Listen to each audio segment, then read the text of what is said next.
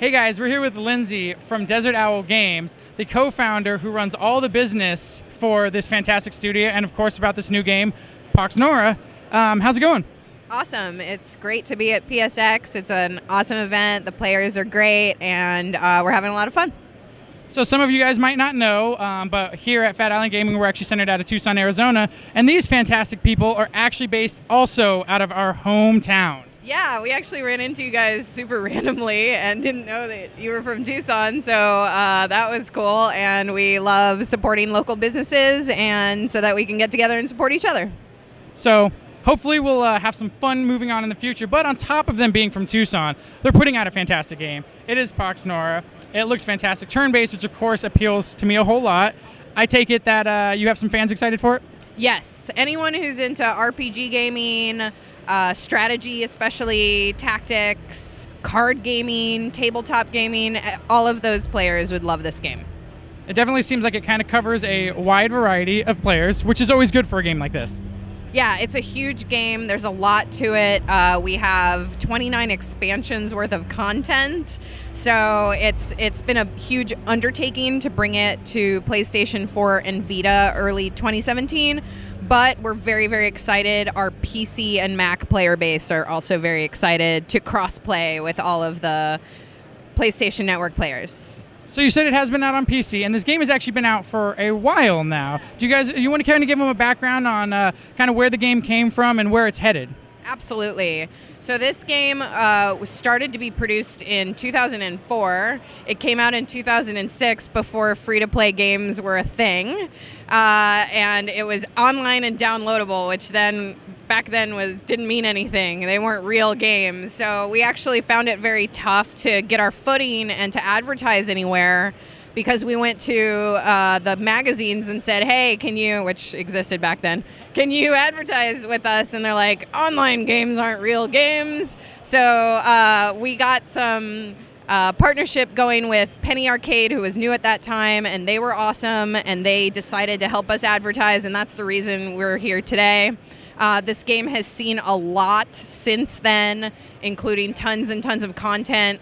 And we have a very active player base that gives us a ton of feedback. And we do this really weird thing, which is listen to it and then implement player feedback. So I guess that is the strategy by which you take if you want to be around for this long. Of course. I mean, any game that's successfully ran for 10 years has been successful, has been continuously growing. And then after 10 years, being able to bring it to a whole new set of consoles means you're doing something correct. Yeah, we're really excited, especially about the cross-play aspect. That was a huge programming feat, but the team had that as their number one priority because it really allows us to make a big, awesome new game client for PC and Mac players and also bring it to the PlayStation Network players.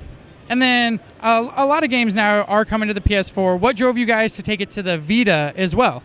Awesome question. I think we were like anyone else. We were like, what's going on with Vita? Let's take a look at it. But when we started to take a look at the types of games that are popular, the sorts of players that are on Vita, we're like, man, this makes way too much sense not to do. So, we added a bunch of programming, and it took a lot of concentration in order to be able to achieve that, because as you can imagine, the UI on something like that is massive. But we're totally super excited to have it, and we've been getting Vita players all weekend coming by, really excited and actually surprised that a game like this is coming to Vita.